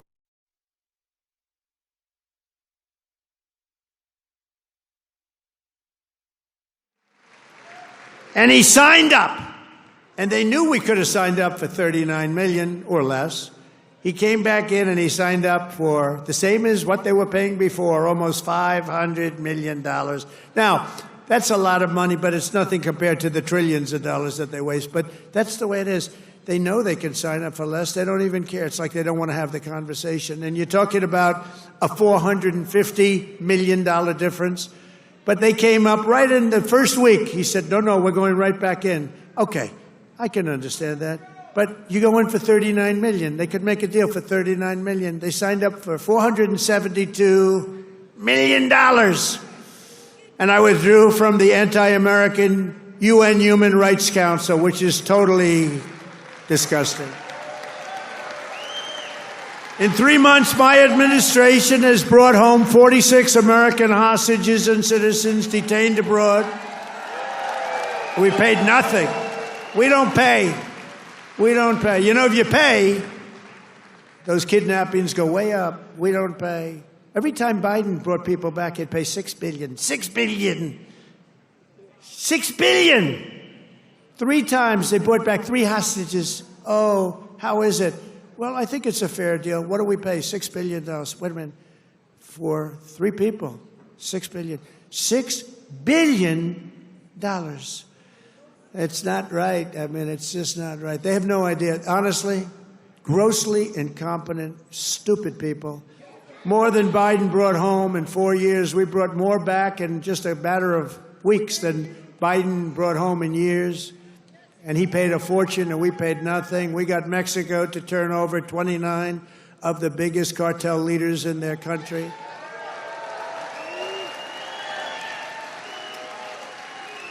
And we're charging Mexico and Canada and China big tariffs because of the fact that they've allowed fentanyl to come in and poison our country. They're paying a lot of money for that. And because of that, you'll watch, it's going to stop. It's already slowing down. Within 6 weeks, we also apprehended the terrorists responsible for the attack that killed 13 American service members, known as Abbey-gate. I got to know them. I got to know those families very well. They're devastated during the disastrous withdrawal from Afghanistan and brought him home. I mean, we brought this guy home to America. We got the guy that did it. We got him. They were looking for years, but we got him. It took us to get him. We got him in the first month. Brought him home to face justice. And it was that gross incompetence that probably led Putin to go in and attack Ukraine, because they were never going to. That was never going to happen. If I were president, the Ukraine-Russia war would have never, ever happened, not even a little chance. We have ended the weaponization of law enforcement and fired Joe Biden's handpicked. These are pro-crime U.S. attorneys, except if it's a political person like me. You know, I was under investigation more than the late, great Alphonse Capone. Al Capone was the greatest gangster of them all. If he had dinner with you and if he didn't like you, you were dead. You were a dead person. You'd be under a foundation somewhere in a nice big building or sports center going up. And I spent far more time under investigation than Alphonse Capone. How about that? You like that? I didn't like that. I didn't like it. We removed senior FBI officials who were corrupt and misdirected the resources they sent to SWAT teams after grandmothers and J6 hostages, what they did to those J6 hostages. And they did nothing to the people that took over Portland and took over Seattle. They literally took over a big portion of Seattle, or in Minnesota, Minneapolis. You remember that disaster where they said, no, this is a peaceful rally. The CNN lunatic anchor, the guy has about the personality of an ant. This is not a man meant for television. He said, no, the rally is quite peaceful. Then he got hit with a brick or something. And over his shoulder, the entire skyline of Minneapolis was burning. You remember that one? The entire skyline was burning. And I have to be careful because that gentleman right there, one of the greatest purchasers of advertising in the history of the world, Mike Lindell, there has never been a better purchaser. He comes from Minnesota. No, congratulations. He's the greatest purchaser of ads in history. If he would have bought my ads, I could have had 10 times more ads on. There's never been. Is there any station that doesn't have a pillow ad in? But he's great, and he's doing great, and he's got a beautiful new wife and all that stuff, and I'm proud of you. Look at him holding hands. They're still holding hands. I'm very proud of him. That's nice. Usually by this time, and a lot of people I know, Mike, by this time it's over. It's over. Look at you holding hands. I love that. I saw that. I pardoned hundreds of political prisoners who had been grossly mistreated. We created a brand new DOJ task force on anti-Christian bias. It's a big problem. I stripped the security clearances of the disgraced intelligence agents who lied about Hunter Biden's laptop from hell. Remember the laptop from hell? Remember the laptop from hell? When you had the 51 agents, they said, oh, Russia did it. Russia did it. Russia did everything. Russia did it. And it was all like horrible, disgusting stuff. You hadn't seen the worst of it, but it truly is the laptop. By the way, a very brilliant reporter for the New York Post wrote a book called The Laptop from Hell. You ought to read that book. It is really, it tells you the facts, okay? It tells you the facts. Miss Devine, the great Miss Devine, she wrote an amazing book, actually, The Laptop from Hell. We also terminated the clearances of the Biden crime family and Joe Biden himself because he's corrupt. And I banned all government censorship and restored free speech in America. We have free speech. We didn't have free speech.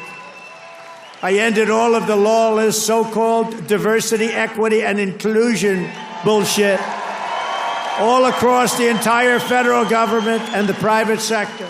And I made it the official policy of the United States government that there are only two genders male and female.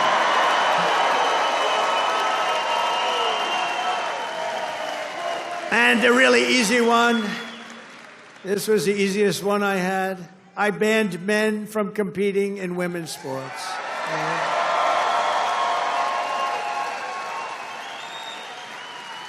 You know, they always say that's an 80-20 issue. No, that's about a 97-3 issue. I also proudly banned the use of puberty blockers and other chemical and surgical, right?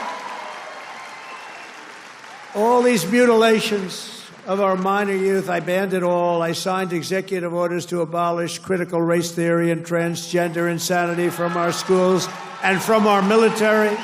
We fired the woke boards of visitors at our military academies. We have great people running our military academies now. And I've directed the reinstatement of patriots expelled from our military by the Biden vaccine mandate with full back pay.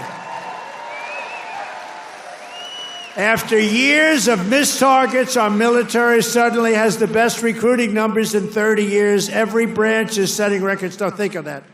6 months ago, you and I were reading that nobody wanted to join the military, right? Now, we've just set a record of recruitment that's stuck. We have a waiting list of people that want to go into our military, and we have a waiting list, including for police and firefighters, because our country has spirit again. We have spirit. Our country has great spirit again.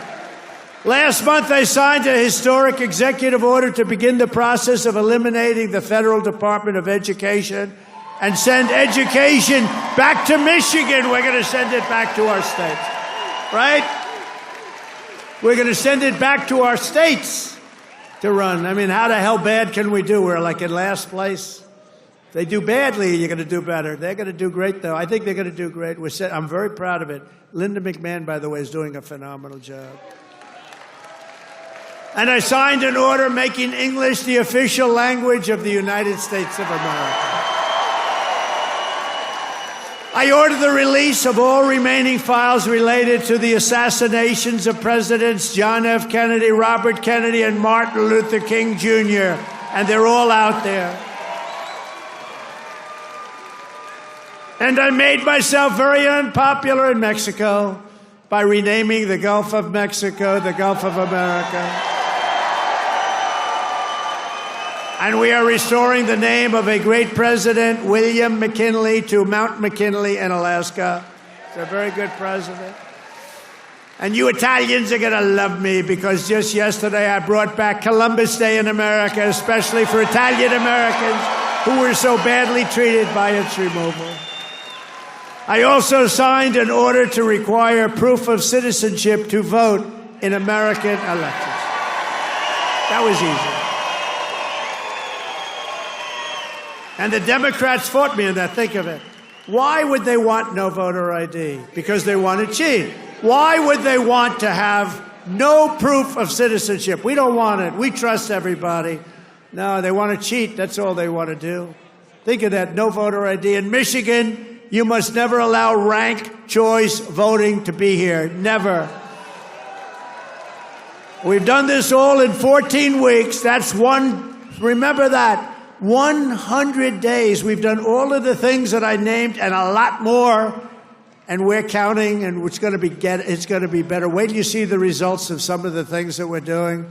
In the coming weeks and months, we will pass the largest tax cuts in American history, and that will include no tax on tips, no tax on Social Security, no tax on overtime. It's called the One Big Beautiful Bill, and it will be the biggest bill ever passed in our country's history.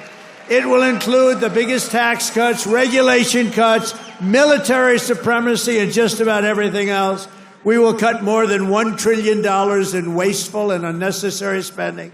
And in the next fiscal year, it'll all be done. We're going to have something that you won't even believe. We will end inflation, slash prices. We've already ended inflation, raise wages, and give you the greatest economy in the history of the world. That's already happening. With our tax bill, the average family's take-home pay will be at least $5,000 more than it was just a couple of months ago. We will always protect Medicare and Social Security for our great seniors with no cuts, and we will defend Medicaid for those great people that are in need. House Republicans are working to invest more money in Medicaid than we spend today. The only thing we're going to cut is the corruption and the crooks that take advantage of some of the illegal schemes. So we want to preserve Medicaid for the most vulnerable, for our kids, pregnant women, the poor, and disabled Americans. We will fully and permanently secure our border. We will make the largest ever investment in U.S. military and build the Golden Dome missile defense shield. That's going to all protect us so we live a long and beautiful life. It's going to be made in Michigan, and it's going to be made right here in the USA. And 1 hour ago, I just made a speech at Selfridge Air Force Air National Guard Base, announcing that we are saving it, keeping it open, including thousands of jobs with a brand new state-of-the-art F-15s, which are coming to Selfridge. And we will crush violent crime and give our police the support, protection, resources, and respect they so dearly deserve. I will defend religious liberty, and I will defend the right to keep and bear arms. We will celebrate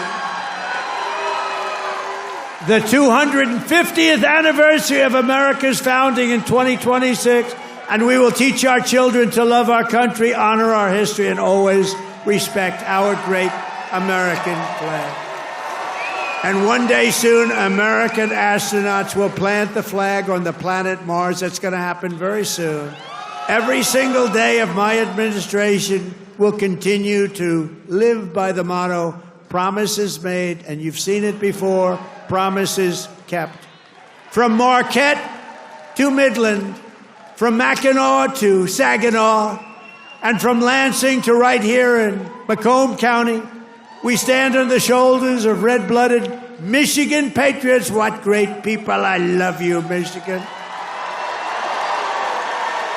Who laid the railroads, worked the factories, tilled the field, forged the steel, fought the battles, and won the victories that built the Motor City and made this state into the pride of the America Midwest. And you know what? It's already happening. You see what's happening. Michigan is the state that gave us the assembly line, Motown, Ford, General Motors, Chrysler, and put the world behind the wheel of an automobile.